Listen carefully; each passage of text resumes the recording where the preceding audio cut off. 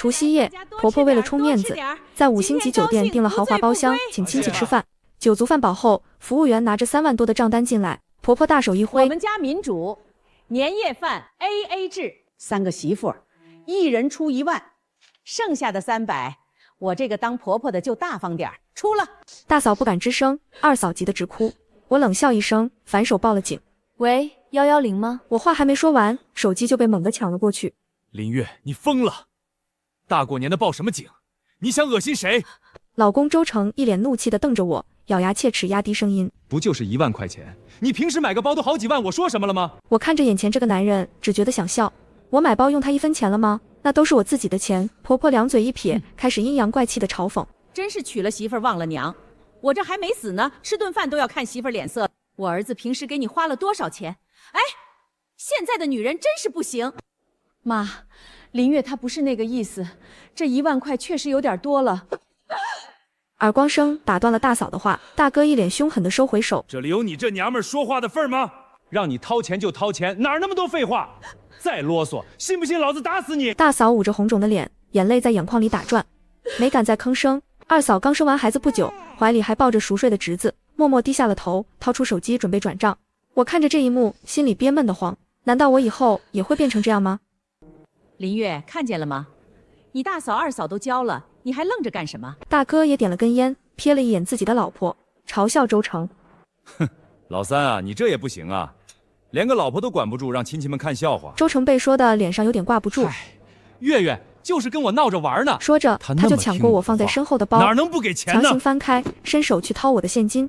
周成的手劲儿很大，一把就拽过了我的包，包扣被粗暴的扯开。周成胡乱翻找一通，最后找到了一个红包，里面沉甸甸的放着1叠现金。这是我特地取出来的新钞，为的就是给婆婆还有家里的小辈发压岁钱。周成眼睛一亮，将包随手丢到一边。我就说月月肯定带钱了，刚才就是和我说着玩的，他就是矫情，非得让我动手才肯拿出来。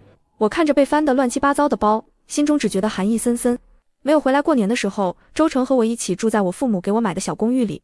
那个时候他还是个温柔体贴的男人，所以哪怕我承担了家里的大部分开支，我也觉得没事。没想到回家以后，周成就露出了本来面目。哎，早这样不就完了吗？非得闹得亲戚们看笑话。行了，既然给了钱，那就坐下吃吧。说完，他拿起筷子夹了一块烤鸡，放进了小姑子的碗里。旁边的小姑子吃得满嘴流油。我看向大嫂和二嫂，一个是因为恐惧老公的虐打，一个是因为心疼自己的孩子。他们就这样生生被压垮了脊梁，好像丧失了为人的基本尊严。如果我选择屈服，最后是不是也会变成这样？月月，今天这事儿是你不对，不过我这个当婆婆的大度不跟你计较，磕个头，这事儿就算过去了，好好和老三过日子，争取明年抱个大胖小子。见我不动，周成在旁边狠狠推了我一把。愣着干嘛？妈给你台阶下呢，还不快去磕头敬酒？这是打定主意要给我这个新媳妇下马威了。我冷笑一声，直接打翻酒杯。站在我边上的周成被泼了一身酒，愣在了原地。还没等他开口，我先说了：“让我赔礼道歉。凭什么？我嫁进来1年，没花过你们周家1分钱，房子是我买的，车是我买的，他周成身上穿的衣服都是我花的钱。这次回来过年，我爸妈特意给我准备了几箱茅台和燕窝。1年下来，几次过节寄回来的东西也不少，光这些就价值好几万。你们呢，连句好话都没给我爸妈说。我是嫁给你家，不是卖给你家。”当着一群亲戚的面，我说出这些话来，婆婆早就气得脸红像猪肝，周成更是抬手，巴掌眼看着就要落在我脸上。我冷冷地看着他悬在半空的手，没有躲。周成的手僵在半空，最终没敢落下来。周成，我看我们没必要过下去了，回去以后我们就离婚。说完，我不顾身后的咒骂，起身走出了包厢。可是因为太晚了，又是除夕夜，根本打不到回市里的车，我只能忍着恶心回了周家老宅。那一晚，我反锁了房门，浅浅睡了一觉。第二天天刚亮，我就收拾好行李，拖着箱子准备离开。可我却发现房子大门不知道什么时候被锁上了。婆婆得意洋洋的冷笑：“做梦呢！进了我们周家的门，你死了也是周家的鬼。想离婚，除非你把市里那套房子过户给周成，算是对我们家的补偿。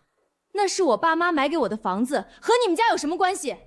林月，你昨天太过分了，大过年的给妈气得一晚上没睡。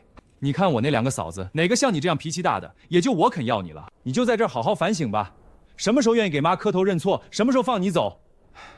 对了，我妹喜欢你包里那些化妆品，我就拿去给她了。你年纪大了，化妆干嘛？给谁看？他的话刚说完，打扮精致的小姑子就紧接着走出来。她拿着我那瓶香奈儿香水，装模作样的喷了好几下。哎呀，三嫂，这香水味道真不错，就是你用太浪费了。你都嫁给我哥了，怎么还喷这种香水啊？不知道的，还以为是想出去勾引男人呢。不过嫂子你放心，你这些名牌我会帮你好好用的。说完，她得意洋洋的扭着腰走了。中午，婆婆指使大嫂、二嫂来给我送饭。所谓的饭，就是昨晚打包剩下的菜和一个隔夜馒头。林月，你就低个头吧。女人哪有不低头的，忍忍就过去了。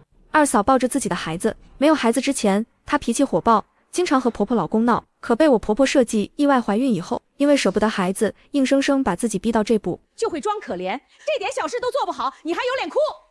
我看着这两个女人，只觉得悲哀。大嫂，你是教师，不是保姆，难道你想让你女儿以后像你一样被家暴吗？二嫂，你是女强人，有能力养活自己和孩子，为什么要在这儿当牛做马？我们要忍到什么时候？忍一辈子？忍到死吗？他们咬了咬牙，像是下定了某种决心。当天下午，趁着婆婆和周成出去串门不在家，二嫂偷偷摸出一把钥匙，拿进来塞进了我手里。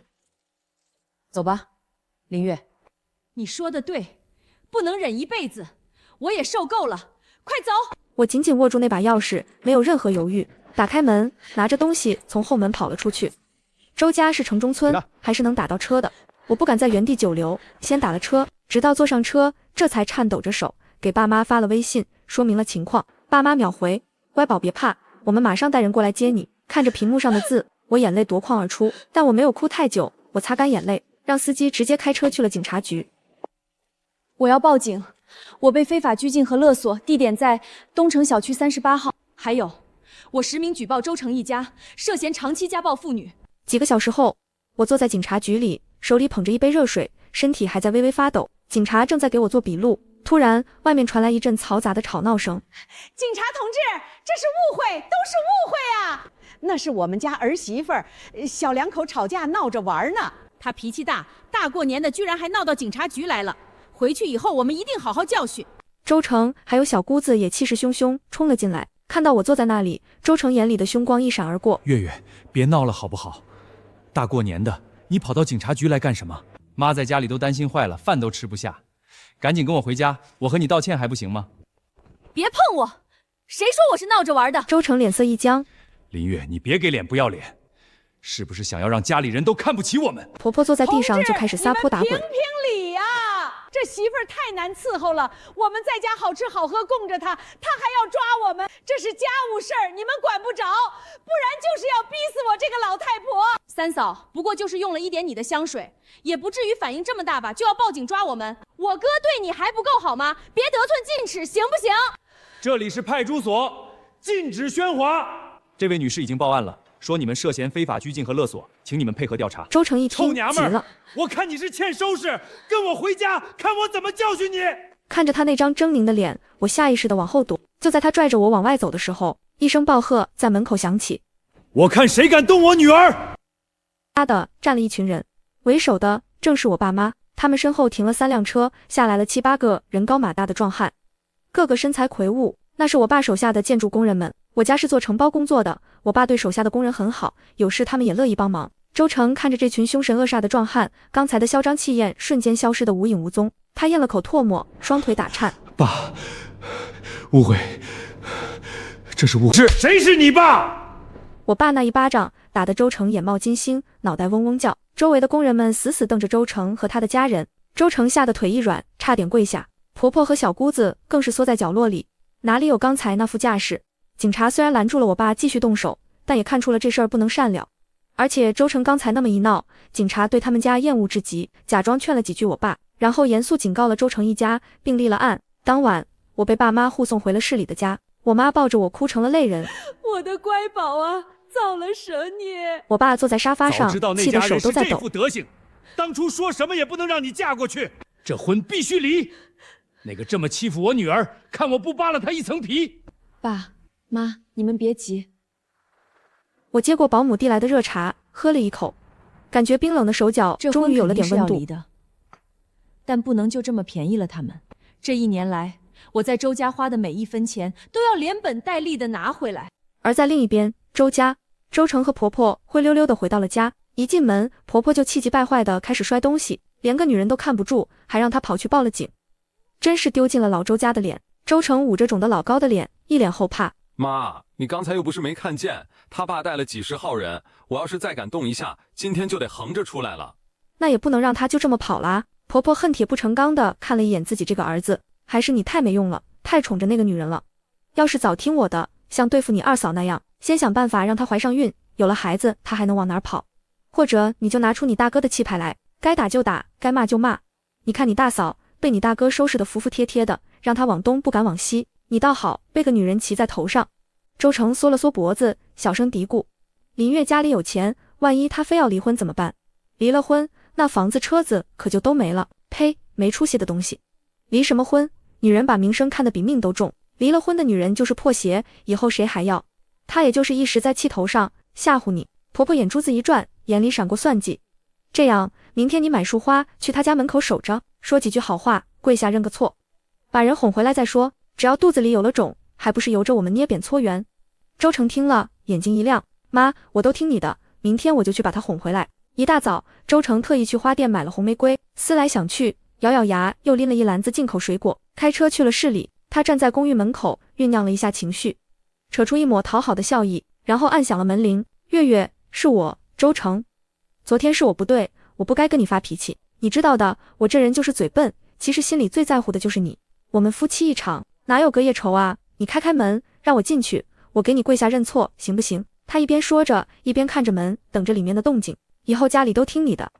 老婆，原谅我吧，你忘了我们两个的感情了吗？没过几分钟，门开了，周成脸上立马堆起深情的笑容，举起手里的玫瑰花，这花代表我的心意，月月，我们以后好好过日子。话还没说完，他就愣住了，站在门里的不是我，而是一个光着膀子、满身纹身的彪形大汉。大汉一脸横肉，皱着眉头看着他。你找谁？周成的笑容僵在脸上，手里的花掉在地上，他下意识地往后退了一步。你是谁？你怎么会在我家？随即一股无名火直冲脑门，他瞬间脑补了一出大戏。好啊，我就说林月怎么非要离婚，原来是在外面有人了。林月，你个不要脸的贱人，居然敢把奸夫带到家里来，给我滚出来！听到没有？大汉不耐烦地掏了掏耳朵，嘴巴放干净点。谁是奸夫？这房子今天早上已经过户给我了，老子正忙着搬家呢，再在这儿瞎嚷嚷，信不信老子抽你？周成一听更急了，放屁！这房子是我和我老婆的婚房，怎么可能过户给你？肯定是你们这对狗男女合伙骗我！林月，你给我出来！有本事偷男人，有本事出来啊！林月，他说着就要往里闯。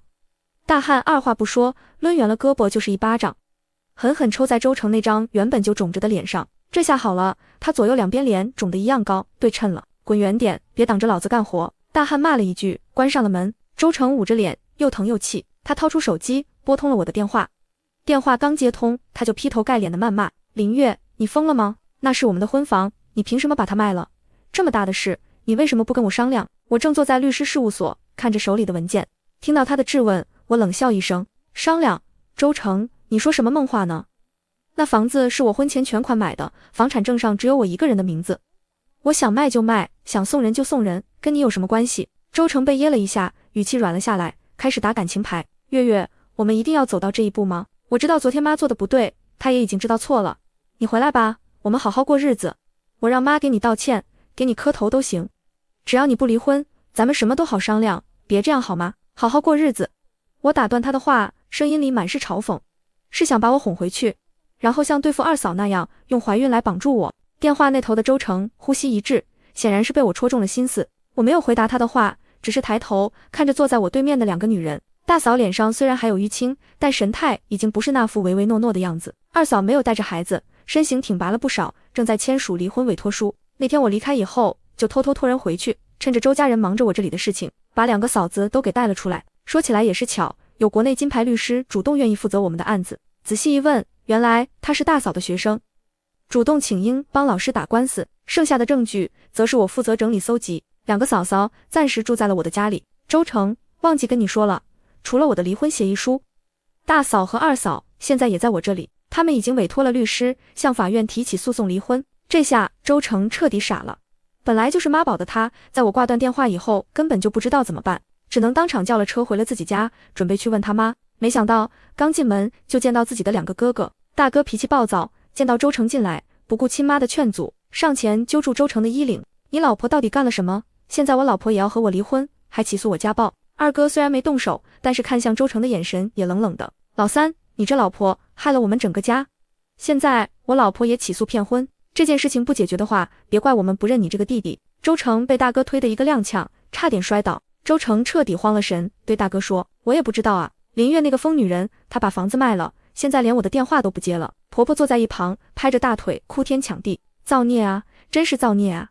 当初就不该让那个扫把星进门，不仅自己跑了，还拐跑了另外2个儿媳妇，这是要让我们老周家断子绝孙啊！哭哭哭，死老太婆就知道哭，要不是你非要让他们 A 那点破钱，至于把事情闹到这么大吗？3万全便宜了家里的亲戚，还不如给老子买口烟抽。”大哥烦躁地吼了一声，瞪了婆婆一眼。婆婆不敢吭声了，缩在椅子上小声嘟囔：“赶紧想办法啊！”大哥急躁地说：“要是真离了婚，还要告我家暴，我这辈子就完了。”二哥也阴沉着脸，显然处境也不太好。我那个更狠，说当初妈设计让她怀孕是骗婚，要是罪名坐实了，我和妈都得进去。婆婆眼珠子乱转，突然想到了什么，怕什么？他们是女人，脸皮薄，咱们去他们单位闹，去那个林月的公司闹，就说他们不守妇道，在外面偷汉子，所以才闹离婚。我就不信他们不要脸，最后还不是要灰溜溜的回来。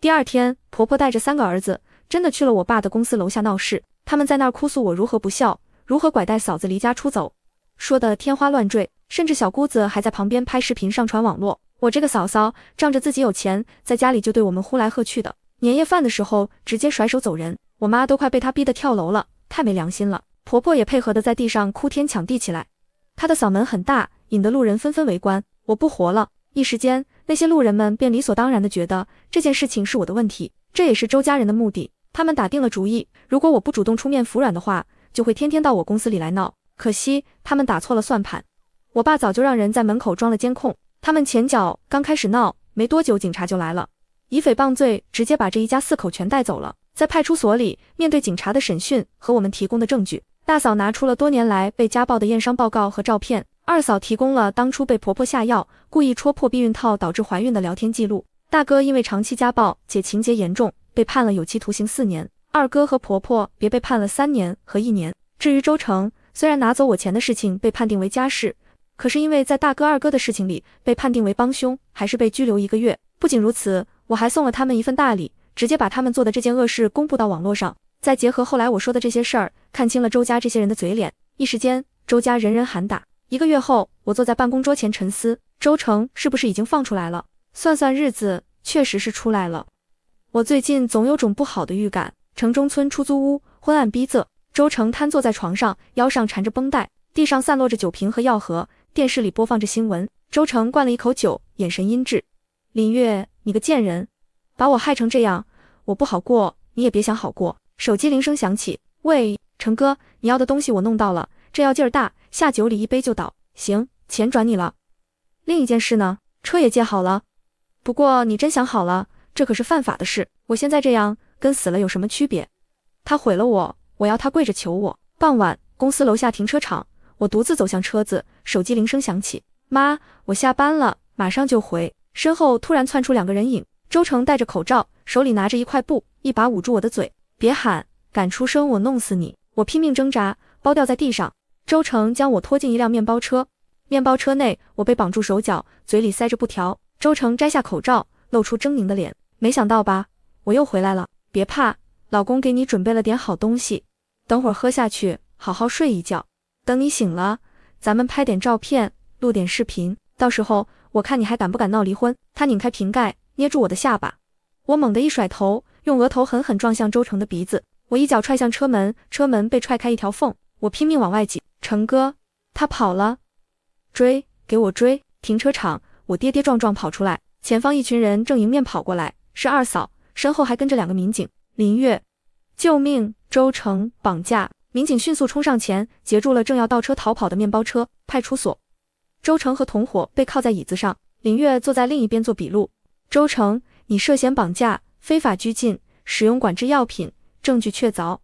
她是我老婆，我找我老婆回家算什么绑架？我冷冷地说，我们已经签了离婚协议，法律上我们没有关系，你的同伙已经交代了，你买的要属于国家管制类药品，非法持有并使用，情节严重。周成瘫坐在椅子上，脸色惨白。派出所门口，我和大嫂、二嫂走了出来。大嫂拉住我问：“你没事吧，月月？”我摇了摇头，前几天我就发现有人跟踪我，我就把我的担心告诉了二嫂，还好早有提防。二嫂冷哼道：“她以为我们还会像以前那样坐以待毙。”大嫂叹气：“这次多亏你提前准备，不然……”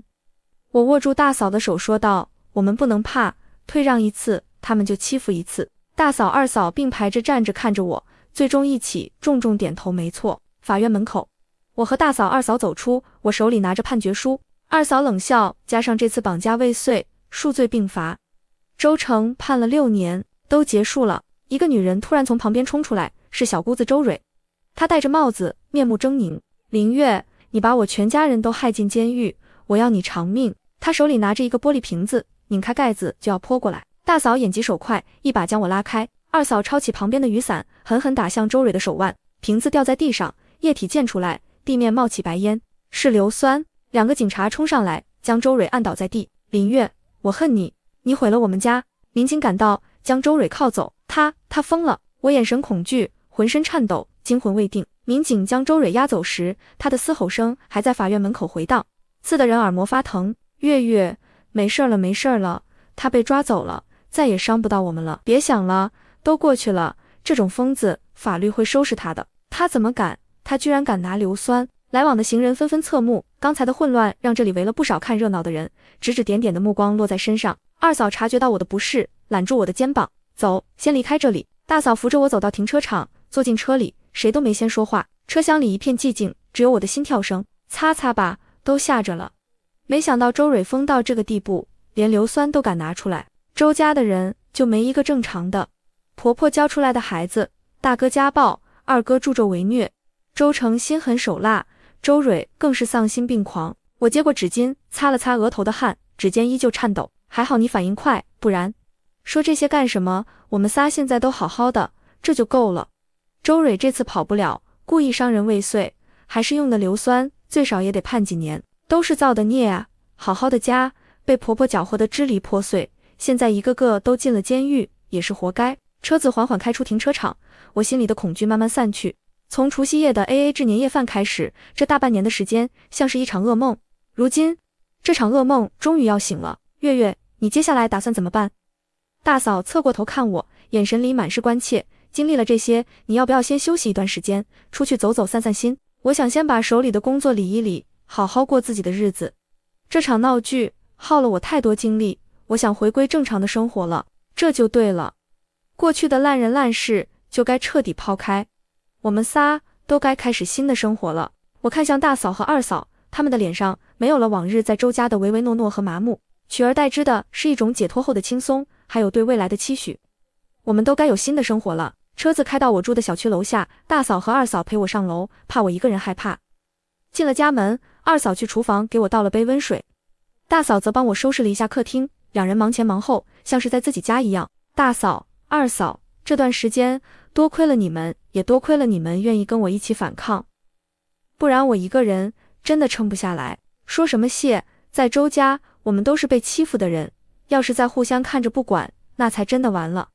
是你先站出来的，是你让我们知道女人不是非要忍气吞声的。大嫂说的对，以前我总觉得为了孩子忍忍就过去了，是你点醒了我，孩子需要的不是一个忍气吞声的妈妈，而是一个独立勇敢的妈妈。三人相视一笑，所有的感激和理解都在这一笑里了。对了，大嫂，你以后有什么打算？我看向大嫂，她以前是重点高中的优秀教师，却因为在周家被家暴，被婆婆逼着辞了职，这对她来说太可惜了。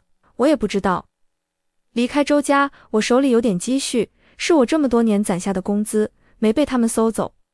只是我离开讲台这么久，不知道还能不能回去了。怎么不能回去？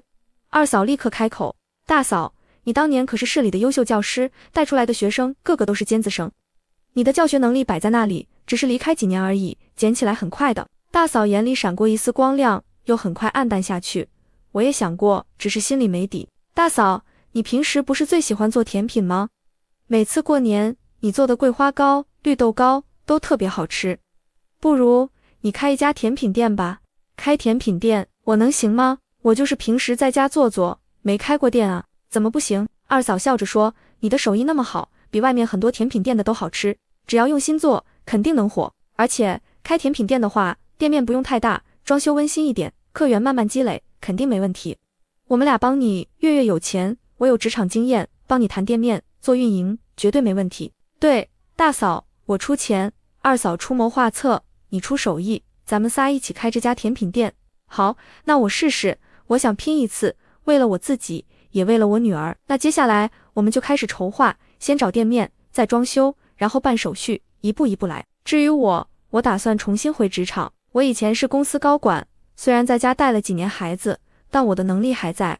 我想重新找一份工作，靠自己的能力养活我和孩子，肯定没问题。我和大嫂异口同声地说。那天晚上，我们仨坐在客厅里聊了很久，从甜品店的选址到二嫂的求职方向，再到各自的未来，聊得热火朝天。窗外的夜色渐浓，屋里的灯光却温暖明亮。这是我嫁入周家后第一次感受到这样的温暖和希望。原来女人之间的互相扶持能有这么大的力量。接下来的日子，我们仨开始为各自的未来忙碌起来，日子过得充实而忙碌，那些糟糕的过往慢慢被抛在了脑后。你现在还有精力应对高强度的工作吗？会不会因为孩子经常请假？我能平衡好家庭和工作，而且我有多年的高管经验，能为公司创造价值，这才是你们应该考虑的。那天，二嫂去一家知名公司面试完，回来坐在甜品店的临时办公点我家的书房，把简历摔在桌子上，气得脸色发白。二嫂喝了一口水，愤愤不平，就因为我在家带了几年孩子，就否定我的所有能力，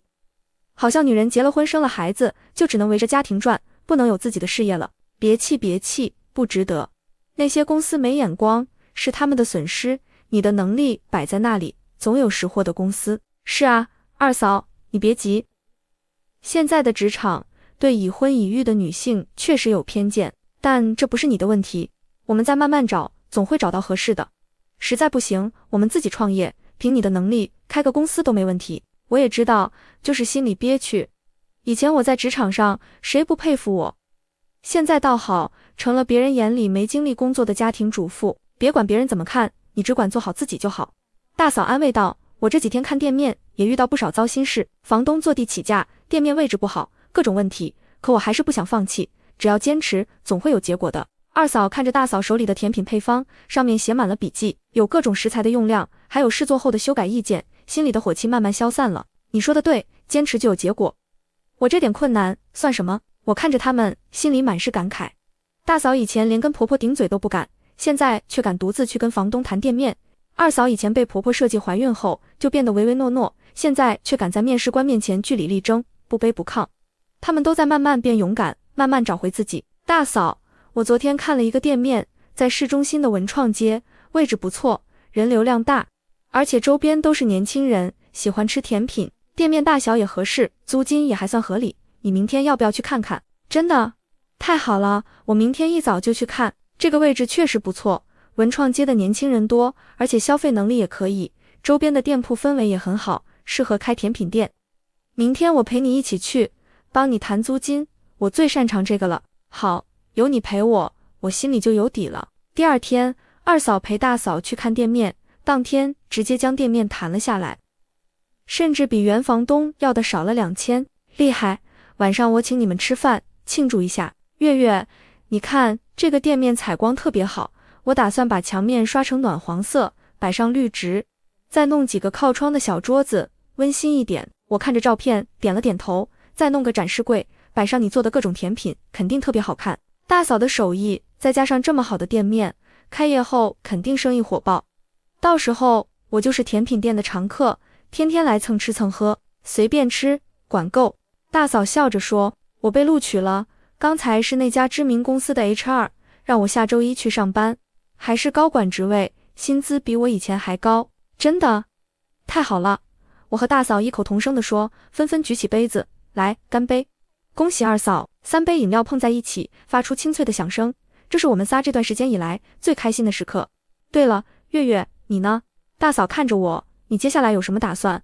就一直做现在的工作吗？我打算把手里的项目做完，然后给自己放个长假，出去走走，看看外面的世界，好好放松一下，然后再规划未来。挺好的，二嫂点了点头，是该好好放松一下，出去走走，散散心。那天晚上，我们仨吃到很晚，聊了很多，从甜品店的装修到二嫂的新工作，再到我要去的地方。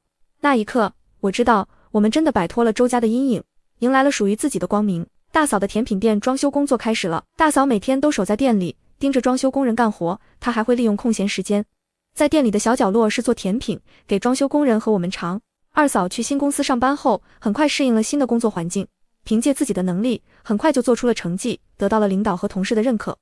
她每天下班都去甜品店帮忙。我处理完手里的工作后，开始准备出门旅行的事情，每天都会去甜品店帮大嫂买装修材料，偶尔也会跟着大嫂学做甜品，虽然做得不怎么样，却也乐在其中。装修的过程中也遇到了不少问题，比如装修工人偷工减料，食材供应商坐地起价，还有各种手续办理的繁琐。可我们仨从来没有抱怨过，一起想办法解决，互相鼓励，互相扶持。甜品店的装修花了2个多月的时间，终于完成了。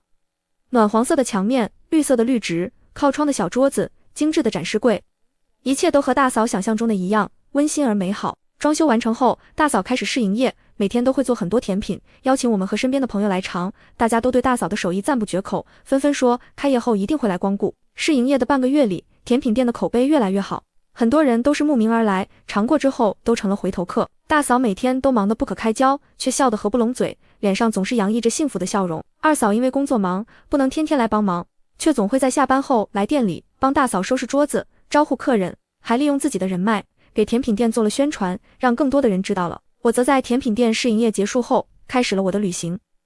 我去了很多地方，看了很多风景，从海边到雪山，从古镇到都市，一路上我拍了很多照片，遇到了很多有趣的人，心里的阴霾彻底消散了，整个人变得轻松而愉悦。旅途中，我每天都会和大嫂、二嫂电话联系，大嫂会跟我说甜品店的生意有多好，每天有多少客人，二嫂会跟我说她在公司的工作有多顺利，得到了多少领导的表扬。听着他们的消息，我心里满是开心，感觉我们仨都在各自的人生道路上闪闪发光。1年后，甜品店，阳光透过玻璃窗洒进来，门打开，我推门走进来。来了，今天想吃什么？大嫂笑着问我，整个人容光焕发。现在这家甜品店已经成了这附近小有名气的网红店，大嫂每天都忙得不行。一起出去吃呗，顺便去逛会街。行，我定位置。一旁的二嫂合上电脑。那天逛街的时候，走过一个十字路口，二嫂拉住我低声说，月月，你看那边。我顺着二嫂指的方向看去，只见路边的垃圾桶旁蹲着一个老太太，头发花白而凌乱，衣衫褴褛，身上沾满了污渍，正低着头在垃圾桶里翻找着什么，手里还拿着一个破旧的蛇皮袋，里面装着一些捡来的塑料瓶和废纸盒。我仔细一看，愣了一下，那是婆婆。1年的时间，她变了太多了。以前的她总是打扮得光鲜亮丽，穿着精致的衣服，烫着时髦的头发，说话尖酸刻薄，眼神里满是算计，总是一副高高在上的样子。而现在的她，头发花白凌乱，衣衫褴褛，面黄肌瘦，眼神浑浊，蜷缩在垃圾桶旁，像一个落魄的乞丐，再也没有了往日的嚣张和刻薄。大嫂也看到了她，愣了一下，眼神里闪过一丝复杂，却很快恢复了平静。婆婆似乎感觉到了我们的目光，慢慢抬起头，看到我们仨，她的眼睛里闪过一丝惊讶，随即又闪过一丝羞愧和难堪，下意识地低下了头，把脸埋在膝盖里。十字路口的红绿灯变了，绿灯亮了，走吧，跟我们没关系。她当初要是不那么刻薄，不那么算计，不纵容大哥家暴，不设计二嫂怀孕，不非法拘禁我，周家也不会落到今天这个地步，她也不会沦落为一个捡垃圾的乞丐。这一切都是她自己造的孽，怪不得别人。我们仨手牵着手，迈着坚定的步伐，走过十字路口，没有回头。身后的婆婆依旧蜷缩在垃圾桶旁，在霓虹灯下显得格外落魄。但这一切都与我们无关了，那些烂人烂事早已成为过眼云烟，再也不会影响我们的生活。毕竟我们无需去 AA 那群人渣的人生，我们的新生活才刚刚开始，我们的未来是自由的。